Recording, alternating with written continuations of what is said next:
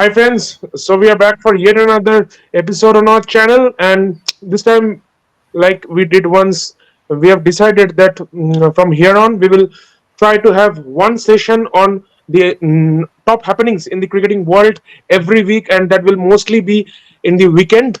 So this is our first major video on that type of a topic, and we will try to cover 4 or 5 top happenings over the last week or so. And you guys have definitely showed a lot of faith and support in our channel. Please keep doing that. Please watch the full video and share your feedbacks. Please like, subscribe, and share our channel. And so let's start. So our first topic of discussion would be the upcoming Duleep Trophy. So the Duleep Trophy, uh, there have been quite a few players playing. There were rumors that the big names like Rohit Sharma, Virat Kohli, they will take part after a long time. But definitely that didn't happen. But there are a lot of other names to have a look at.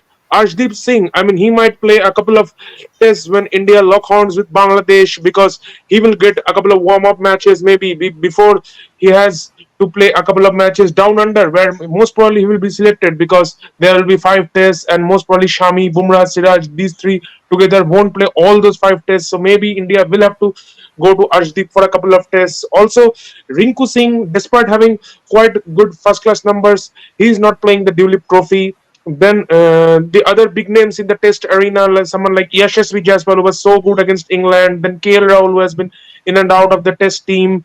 Then Shreyas Iyer, again another player who had an initial burst to his career, then sort of faded away in the test arena. He has a chance to improve. So I think these guys are there. Shardul Thakur, I expected him to play, but because of some reasons, is not playing. Maybe some injury concerns or something. Because he is another guy who might be required to play down under at that crucial number 8 position, just to provide that extra cover for the batting depth. Now, anyways, India have 2 series against Bangladesh and New Zealand, but the acid test will always be against Australia down under border Gavaskar Trophy in December. And so now that we have our talks on India's preparations for that all important test series, let's have a look at the other team's preparations, which is Australia. In that case, I would like to ask Shubhadeep about Steve Smith, one of Australia's pivotal players. I mean, he had a fantastic career at number 3, number 4, and then all of a sudden last summer he was pushed to open the innings post David Warner's retirement and Cameron Green's inclusion at number 4. Now that the BGT is upcoming in December, where do you think Steve Smith should bat? Well, it's really interesting and a thing topic about Steve Smith's batting position. I love speaking about Steve Smith. I love seeing him batting, playing the longest format of the game. He was supposed to be the next Shane Warne for Australia and has become the next Dawn for them in the runs tally. Uh, he is the man whom Australia look at every single position when they find themselves under a little bit of pressure. When they struggle with the bat, losing couple of wickets early in the innings, they always look at Steve Smith coming up and holding the life of the soul of the batting department. I really struggle to see. I really struggle to see that Australia have no kind of a opener in their test format, having been so successful in the domestic Shield games and all the time. I understand because of the last summer when they are almost towards the back end of the summer, West Indies just couple of test matches, they decided because Warner has retired, they just kind of pushed Steve Smith, their most experienced player, just to open the innings and didn't really click well for him. It's tough for someone at number 4 batting in the middle order, suddenly going up and facing the heat facing the heat against the new ball is different against the new ball, and you are batting against the 40 or 50 over old delivery. It's a different kind of a story. I know Steve Smith has spoken about in a few of the interviews that he's ready and kind of no issues he has in batting at any position for Australia national side. The main motto for him is to score runs wherever he bats 1, 2, 3, 4, 5, and 6. But I think Usman Khawaja, his opening partner for the moment, as long as he remains at the place, has spoken about the importance of Steve Smith being the middle order. He touched on the point very, very securely. I guess that Steve Smith averages around 60 at number 4. 60 at average of in the test match batting in Australia. That's a phenomenal achievement. And I know the people say that when you have a class batter, why not use him at the start just to give him a lot of chance? But batting at the opening position and the middle order, as I mentioned, is quite a different thing. And you just can't expect your middle order batter to come and enjoy, and survive in the opening position. You saw what happened with him against the West Indies, even against that inexperienced pace attack. He struggled. He struggled with outswingers, in swinging deliveries. So yeah, that's a bit of a thing. Don't think Steve Smith will bat at Yeah, number I three mean, anyway. in fact, Yeah, Australia has had their problems with the openers, I think, for the last 7, 8 years or so. I mean, David Warner was always there, but it was always who was going to partner with David Warner. It was yeah. Ed Cowan, Chris Rogers, Cameron Bancroft, Marcus Harris. So many players they've tried. Will Pukovsky was a potential talent, but he had his problems with concussions and all those things. And just when they find the very solid opening partner of David Warner in Usman Khawaja, they lost to Warner because of his retirement. And now they're trying to find another option. Now, I don't see Steve Smith batting at number three, to be honest. Monash has absolutely sealed the deal for the position. I genuinely want to see him at number four. Joe Burns has moved to another country, so he's not available for Australia at the moment in the opening position. Will will Suzuki, I struggle to see him with whatever he has batted against the short balls. I think Marcus Harris will be back in the Australian team. He should be back actually. They have no other options at the moment, but maybe someone at a youngster in the Australian games. But I don't see Steve Smith batting at opening position at the moment. Okay, we have spoken about the Australian thing. Now I am moving to the another point, which is a really hot topic in the moment. Destroy T20 destroying cricket. Finale and Devon Conway has really rejected the center contact from New Zealand. What do you feel, Saptarshi? How do you see this development in the cricket? Do you think this is the new era of cricket, or do you think that we should have a change? We should have a change in this kind of a cushion to give the cricket or youngsters more understanding of loving the Test cricket, or is it the actual thing, actual future in cricket? T20 is the ultimate. What do you think? Yeah, to be honest, see, I think times are changing. I mean, and New Zealand cricket, this is not new. It all started with Trent Bolt declaring a couple of years back when he decided to decline that national contract, international, decline that national team contract, and he went on to play leagues all over the world. He's been playing in the Mumbai Emirates, then SA20, all sorts of leagues. He's playing MLC, and he only comes for those World Cups and T20 World Cups maybe once in a year. He's not played red ball cricket for more than a year, and I don't think he's gonna come back anytime soon. So it all started with Trent Bolt, then Kane Williamson this year post the T20 World Cup decided to follow his path, though he has again declared that it's gonna be sort of a casual contract. He may again join the contract back later. Devon Conway following Kane Williamson's path, as he's been now called by the Johannesburg Super Kings as he makes his way into the Super Kings trilogy now. And he's also followed Williamson's path. Allen, he's followed the more drastic path, much like Trent Bolt, Jimmy Neesham, Lockie Ferguson. They've also sort of declined contracts and went on to play leagues. So I think New Zealand, especially having this problem much more maybe than the other teams, but I think maybe in a couple of years time, maybe 3 4 years time, other team players will also soon be thinking of following this path, play more leagues, and maybe decline the contract, maybe play only those important series of the World Cups or Test Championships, T20 World Cups, whatever important tournaments happen, but playing all the bilateral series throughout the year, playing some useless Test series when their team won't even qualify for the Test Championship final. I don't think Yeah. players are that much interested in those. Also, these leagues definitely have a huge financial boost to their career, and I think that's quite a sumptuous offer for those players.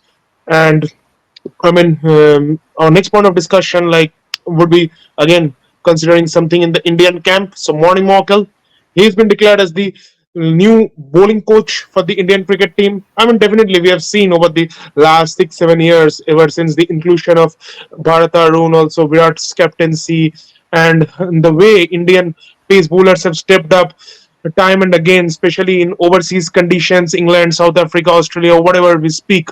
Jasprit Bumrah, Mohammad Shami, Mohammad Siraj, Arshdeep Singh. We have seen so many bowlers grow over the years, and I mean, that's quite a bit of fortune for the Indian team, I shall say. So now that Morne has been declared as a coach, I mean, he's previously worked with Gambhir in LSG. He was there when Gambhir played in KKR also. So definitely he has a good rapport with Gautam. And uh, how do you think he's gonna do here? What's gonna be his role working with this group of talented Indian pacers and also the other players? Shubhadeep. Well, yeah, it will be huge. To be honest, a huge decision come, the appointment come yesterday afternoon around, and the report that I have gone through is that he will join the Indian camp. A report at the NCA in Bangalore at the opening week of September. Then he will be there in some of the Duleep Trophy games, watching some of the Indian players with whom he will be work out for the Bangladesh and New Zealand. I think he doesn't have much work to do with the Pacers at home. To be honest, it's all about the spinners. Jadeja, Kuldeep, Ashwin, and Akshar is doing the job. But the biggest challenge for him will be when they trip to Australia. The good thing about Morne Morkel being a South African is that he knows how to win test series in Australia. He has tripped Australia thrice: 2008, 9, 12, and 16. All the times as a team, they have beaten Australia. So he knows how to use the conditions. Bouncy conditions are pretty similar to South Africa. The conditions will be right. India have really done well. The pace attack have been really been exceptional in the last few years. Shami Siraj Bumrah was the leader of the pace attack. And you see, whoever has come, whether it's Shardul Thakur or Rajan in the past, or Akashdeep in the recent day, Mukesh Kumar, whoever has come at the point of time, he has or they have actually done well with the ball. Now, I think Morka's main importance or the kind of a work he'll need to do with the Pacers will be fitness level. That's one thing. Obviously, fitness, you have to be careful in the fitness and bowling long spells. The two things is the length. Sometimes what happens that because you are kind of dealt with the spin and tracks, you tend to go for the short balls not at a consistent basics. And sometimes you need to be a little bit patient with one of your plans. And Morkel needs to work a little bit more than, and he has a lot of time. I mean, 4 years is a long time before he sets up. And it will be interesting to see how he actually works and develops more in which is already a very exceptional pace attack from the Indian team. Well, we have spoken about the Indian team and all the kind of things. The biggest news, actually, and just before the shoot, we have got the news, kind of breakout news, is that Indian Express has actually reported that perhaps Indian team or the BCCI is activating the rule where retired player can play as an uncapped player in the IPL, and that is a huge news for the MS Dhoni fans because Chennai actually can retain MS as an Anka player in the next 3 seasons of the IPL. That's a huge news for CSK. That's a huge news for MS Dhoni fans. Wow, the question that kind of stands at the moment is where actually we see this point. How do we see this topic going unfold? It's a bit diplomatic kind of a portion of discussion, I think. In my point of view, before I go to Shaptarshi about him, um, about me, I actually struggle to see why should we be really worried about the thing. I mean, you have retired. Chennai need him obviously for the brand, the captaincy, and whatever he has done with his contributions behind the wicket with the bat. When you have MS Dhoni in the batting order, no matter what age he has, the opposition comes a little bit under pressure. That MS is there, he knows the best thing I love about MS is the captaincy more than the batter and wicketkeeper. I love his captaincy and how cool he remains in crunch moments, which is the biggest thing as a leader you should have or should carry, in my understanding. And also, I love the way how he deals with the young players. When he is there in the presence, you just don't see batting is such an easy job. While in his absence, it seems to be the hardest job. So he knows how to make sure the other batters who is with him in the partnership bats in a sensible way and goes in the right position. So I don't see it any problem. I think it will be a huge one. And few other franchise at the moment they are not really happy with the rule. The perhaps will be happy by the time their player would be retired and the 5 years happens. So there are many teams who would be really happy. It's not about the Chennai Super Kings. Other teams will be looking at the rule with the future keeping in mind. Now I'm going to Shaptoshi about his point of view. What do you think? How do you see this rule unfolding? So yeah, definitely. I mean, if there are some loopholes in the rules, there's absolutely no wrong in exercising that. And CSK Yeah, are just following that path. I mean, whether Dhoni should play or not, whether he's fit enough to play or not, that's definitely discussion for another day. But CSK are just following the rules and exercising the loopholes in it.